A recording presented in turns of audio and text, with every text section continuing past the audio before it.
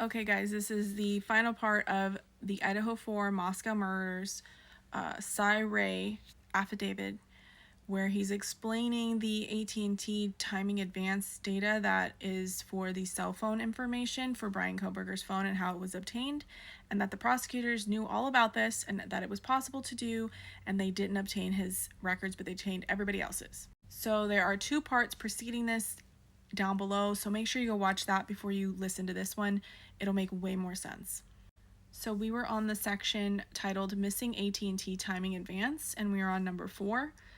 When detectives and prosecutors requested and served 2 different search warrants to AT&T on the defendant's AT&T account, they requested the exact same timing advance data they previously did when they obtained timing advance data from AT&T on over 3,800 multiple devices.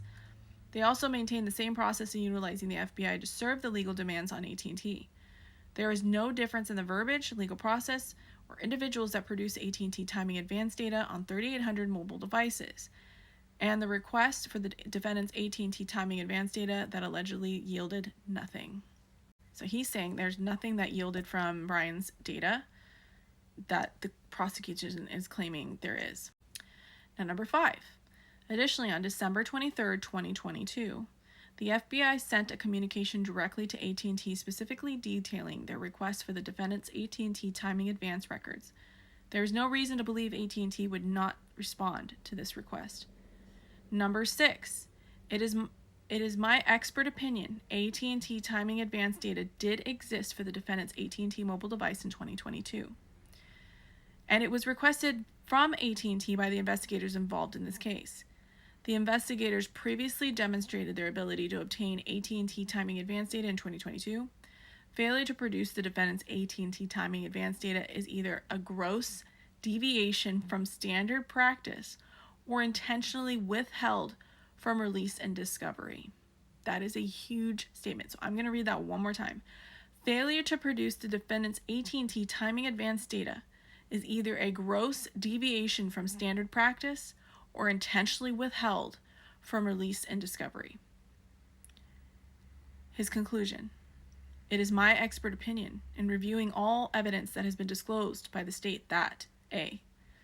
AT&T timing advance data was available on the defendant's phone in 2022. B. There is an overwhelming evidence showing the state obtaining and using AT&T timing advance data in the course of this investigation in 2022 on over 3,800 AT&T mobile devices other than the defendant's. C. There is no doubt the author of this current motion, Prosecutor Ashley Jennings, knew or should have known AT&T timing advance data did exist in 2022.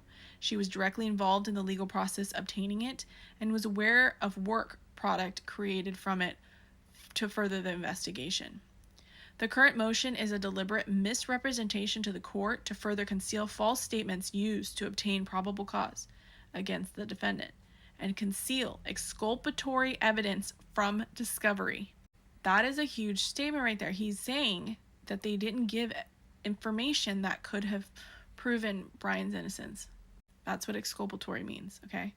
Number 2, I'm prepared to provide witness testimony and relevant exhibits that support all of my opinions contained in this affidavit.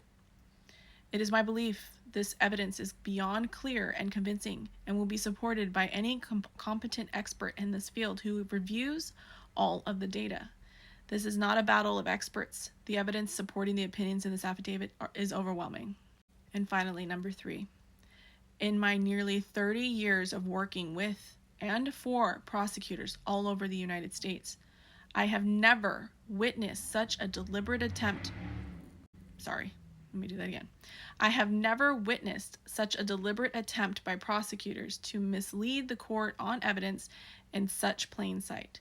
Anyone making such a claim would have to believe the court is incapable of reviewing physical evidence in possession of the state and defense. It rises to a level beyond a simple miscommunication or oversight and is clear and intentional misrepresentation in the hopes to conceal a much larger issue. I respectfully request the court give this affidavit the due attention it deserves and explore these issues further. And he submitted this on March 25th, 2025 by Ray. So there you have it.